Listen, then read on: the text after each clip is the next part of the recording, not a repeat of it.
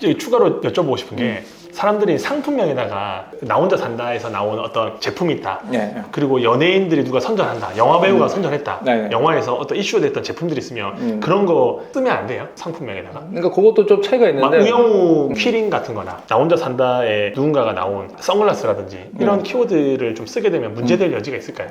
문제 될 수 있죠. 뭘로 문제가 되나요? 그러니까 연예인 이름을 쓰는 것도 정도의 차이를 다 좀 봐야 돼요. 그게 뭐 A급 연예인이냐 B급이냐 그렇죠. C급에 따라서 그런 것도 차이가 있어요. 유명 거 차이도 있고 얼마나 과하게 썼는지에 좀 차이가 좀 있어요. 그리고 그거를 퍼블리시티권이라고 그러는데 네. 그 어떤 유명한 사람의 그것들을 유명세를 이용하는 거 그게 경제적으로 미국에서는 적극적으로 인정이 돼요, 사실은. 아, 인정이 돼요? 네. 그래서 유명한 사람들 이름 쓰면은 소송을 걸거든요, 사실은. 근데 한국에서는 그렇게 적극적으로 인정은 안 되는데 그래서 초상권이랑 비슷하게 해가지고 퍼블리시티권이나 초상권으로 해가지고 소송이 들어오는 경우도 있어요. 근데 아까 말씀드린 것처럼 또 현실과 이론 좀 차이가 있거든요. 근데 그거를 너무 과하지 않다. 예를 들어서 뭐 성형외과인데 굉장히 유명한 이쁘신 여자 배우를 썼다. 그런 것들은 좀 그렇잖아요. 그런 것들은 바로 액션이 들어올 것이고 뭐 나 혼자 산다 뭐 이런 거에서 거기서 썼던 물건 이렇게 살짝 넣는 걸로는 아마 액션이 안 들어올 가능성이 높아요.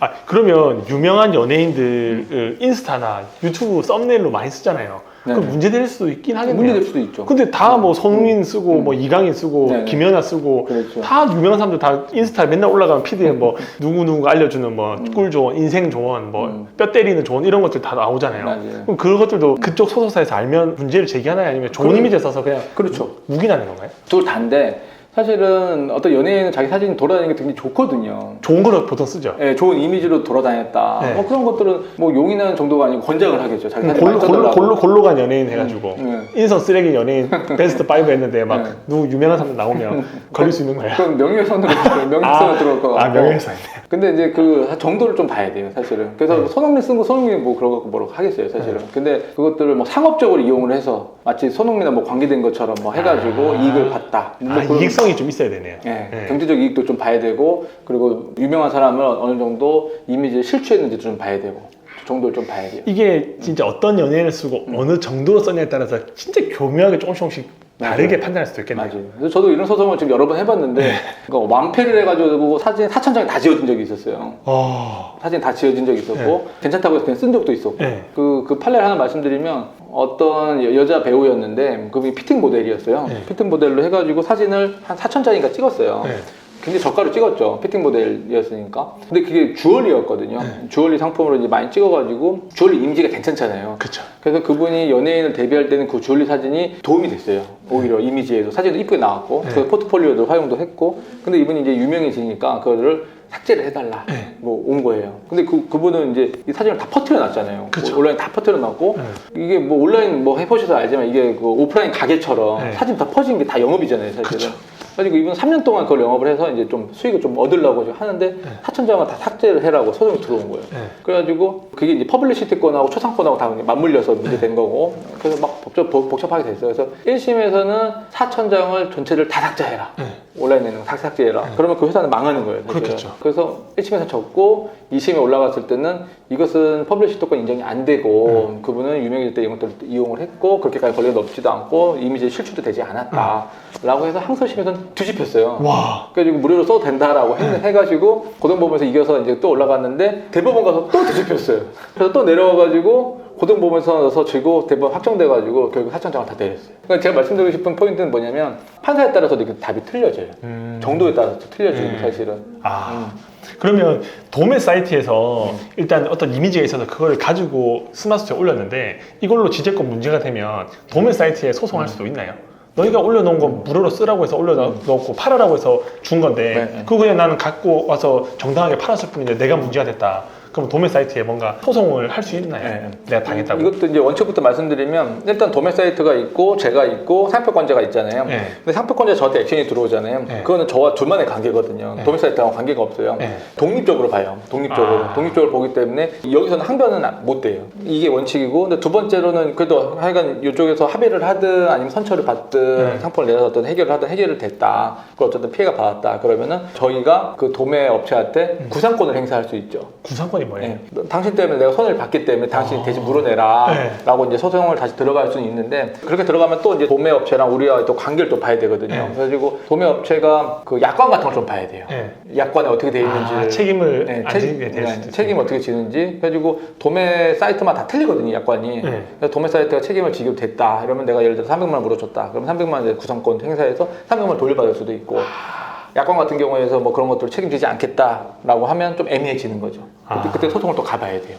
이게 다 진짜 끝까지 가봐야지 알 수 있는 것들이 많네요. 이런 것들은 이제 만약에 내용 증명을 받으면 난 모른다, 도매업체에서 그냥 산 거다라고 해서 제가 빠져나가려고 그러잖아요. 보통 그렇게 하죠. 그게 안 된다는 거죠. 그냥 독립된 걸로 보는 거네요. 다 독립적으로 봐요. 정찬성이라고 해서 격투기 선수 있는데 이분 이제 티 팔다가 이제 매니지먼트에서 내리라고 연락이 왔는데 그게 초상권에 걸리나요? 그렇죠. 이 초상권하고 아까 말한 퍼블리시티권이 문제되는 거예요. 근데 그렇게 하면 그 회사에서는 이득이잖아요. 제품을 누군가한테 팔 수 있는 권한이 주어지면 더 많이 팔리고 홍보되면 좋은 거 아닌가요? 뭐 그렇게 생각하는 사람도 있을 수 있죠. 그런 사람들은 소송을 안 걸고 혼자 팔고 싶은데 누군가 그걸 가지고 갔다 하면 초상권에 문제가 되고. 맞아요. 그러니까 아까 제가 말씀드린 것처럼 피팅 모델 같은 거 찍자 이러면은 엄청 많이 지원을 많이 하거든요. 사실은 좀 해달라. 그리고 주얼리나 이미지가 좋은 상품들 더 많이 와요. 사실은. 그래서 사진하고 여기저기다 퍼뜨려도 너무너무 좋아한단 말이에요. 오히려. 근데 자기가 거기 수준보다 더 유명해졌다. 사실은. 더 이상 하기가 싫어졌다. 이러면 이제 또 액션이 들어오는 거죠.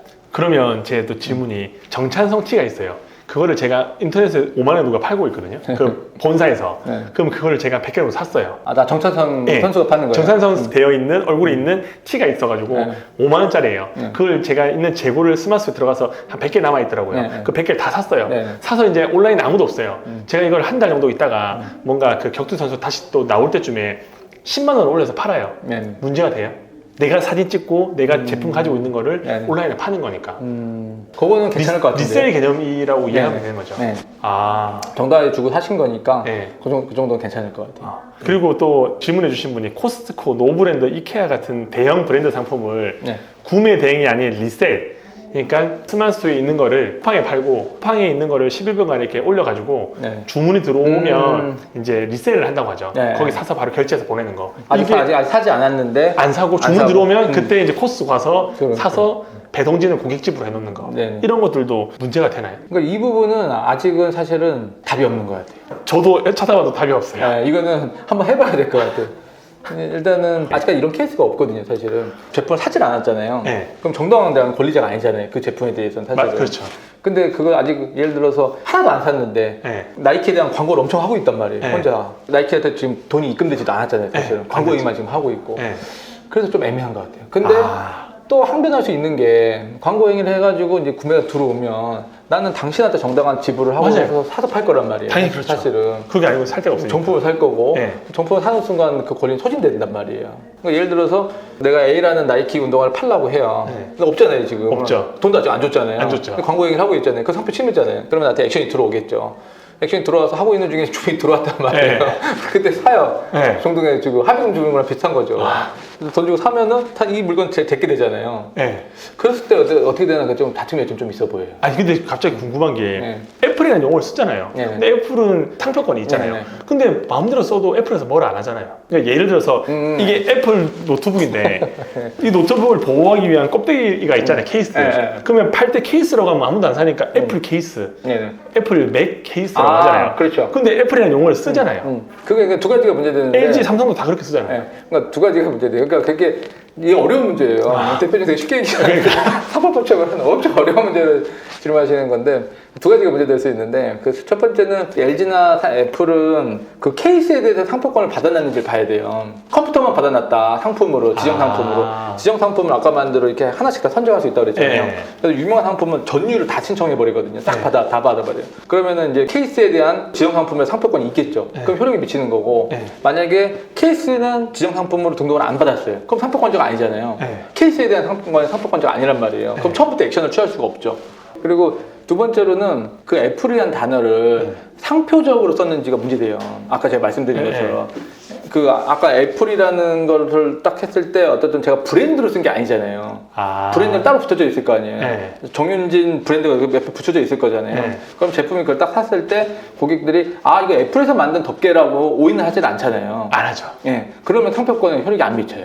그래서 또 파는 방법이 있네요. 예, 그래서 제가 아까 말한 추천 표시로 썼는데 상표적 사용인지가 좀 아까 너무 앞에 좀 네. 짝짝하게 나갔는데 그게 좀 어려운 쟁점인데 애플 케이스를 썼을 때 이 애플이 추천 표시를 쓴 게 아니다. 네. 그냥 이건 애플에서 사용되는 케이스라는 용어로 쓴 거고 네. 추천 표시라는 건 뒤에 잘 보면은 뒤에 마크가 있을 거 아니에요. 있죠. 그게 추천 표시죠. 네. 그러니까 예를 들어서 삼성 핸드폰이 있어요. 네. 거기 케이스가 되게 유명한 것도 많이 있잖아요. 그래서 네. 삼성 케이스라고 팔지만 삼성에서 만들었다고 생각 안 하고 네. 뒤에 보면은 뭐 정윤진 써 있잖아요. 네. 그러면 삼성은 추천 표시를 쓴 게 아니란 말이에요. 그러면 웬만한 브랜드 전부 다 썼고 옆에 그냥 비슷 유사한 앞에 형용사 넣어가지고 뒤에 브랜드 막강한 거 다 넣어도 피해갈 수 있겠네요. 원칙만 얘기하면 했어도 되죠. 근데 워낙 그쪽에서 또 강한 또 변호인들이 있으면 이제 당할 수도 있는. 그런 것도 있고 뭐 아까 말씀하신 것처럼 삼성이나 애플에서 좋아할 수도 있으니까 네. 케이스를 만들어주는 거잖아요. 여러 가지로 만들 수 있는 거니까 그거는 원칙적으로는 괜찮을 것 같아요. 근데 그걸 써면서 어떤 이미지가 안 좋아지면 부정경쟁 방지법에 여러 가지 문제가 될 수 있지만 상표법적으로는 호환되는 걸 쓸 수는 있다. 그 출처 표시에서 조금 더 설명을 하면 네. 대표님께서 이제 이해를 하셨나 좀 이해하셨겠죠? 이해는 했습니다. 네. 출처 표시가 뭐냐면 그러니까 상표법에서 보호하는 법적 취지가 있어요. 네. 그러니까 이렇게 들어가면 재미가 없을 것 같아서 내가 법적인 얘기를 안 했는데 법은 보호하려는 법익이 있고 취지가 있어요. 상표법에서 가장 보호하려는 가장 큰 취지는 뭘 것 같으세요? 상표를 아무나 못 쓰게 자기 스스로만 쓰려고 아니면 이걸 훼손시키고 뭔가 또. 변형을 시킬까 봐. 뭐 그것도 그런 취지도 좀 있지만 네. 그것보다 더 큰 취지가 있어요. 뭘까요? 수요자 보호예요. 수요자 보호. 그건 뭐예요? 수요자의 오인운동 보호. 소비자.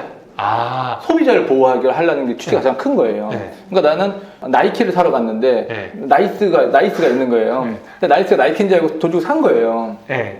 그러면은 수요자한테 피해가 가잖아요. 피해 가죠. 예를 들어서 그리고 맥주집이 비슷한 게 있어요. 네. 그래서 야 여기서 만나자 이랬는데 난 여기가 여긴 줄 알고 갔단 말이에요. 다른 거란 말이에요. 그러면 수요자한테 피해가 있잖아요. 네. 그래서 상표는 뭐 품질 보증 기능, 출처 표시 기능 뭐 이런 기능들이 있거든요. 네. 그래서 수요자를 보호하기 위한 거예요. 그래서 그런 관점으로 잡으면 상표권 침해가 되는지 안 되는지를 알 수 있고 수요자가 아무도 오인 운동을 안 느낀단 말이에요. 그럼 네. 상표권 침해는 성립이 안 된다고 보시면 돼요. 그러면 그 오해를 만들고 싶어하는 사람들이 있을 거 아니에요. 네. 예를 들어 스타벅스인데 스타벅스랑 모양 비슷하게 만든 스타박스라고 해가지고 그렇죠. 사람들이 오게끔 그건 문제가 그건 문제되죠. 그건 고의성이 있고 그거를 편승하려고 만든 거잖아요. 그렇죠. 그러니까 오인 운동을 만든 거고 아까 말씀하신 것처럼 스타벅스에서 사용할 수 있는 뭐뭐뭐 있잖아요. 그러면 수요자가 딱 보고 그 제품을 이거 스타벅스에서 만든 거구나 라고 생각을 아무도 하진 않잖아요. 네. 그럼 출처 운동이 발생하지 않거든요.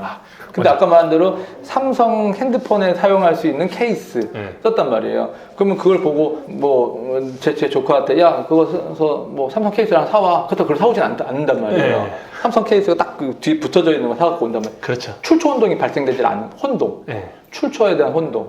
이게 소비자들을 위해서 결국 보호하기 위한 거네. 대표님이 가서 운동화 10개를 다 사갖고 와서 와 좋다 이랬는데 가서 딱 보니 다 나이스야. 나이키가 하다니. 수요자가 다 피해가 오잖아요. 열받죠. 그걸 보호하는 취지가 제일 큰 거예요. 근데 아까 말한 대로 호환이나 뭐 그런 단어를 써서 바보관이에서 호환이라고 썼는데 그거를 이거 애플에서 만든 케이스구나라고 생각 안 한단 말이에요. 안 하죠, 당연히. 그러면 상표 침해 안 걸려요. 오늘 많이 배웠습니다. 근데 아까 말한 대로 그냥 케이스 써 있고 여기 마크에 뭐 애플 비슷하게 써 있는 거죠. 그건 침해가 문제되죠. 그건 문제가 되고. 하여튼 저 변호사님 만나서 지재권이랑 이미지 저작권 이런 것들 좀 많이 배운 것 같습니다. 그래요? 하여튼 오늘 이렇게 또 답변해 주셔서 감사합니다. 대표님께서 너무 질문을 잘해 주셔가지고 너무 재밌었어요. 제가 집중을 굉장히 많이 했다가 재판할 때보다 집중을 더 했다가 오늘도 긴 영상 시청해 주셔서 감사합니다. 행복한 하루 보내시기 바랍니다.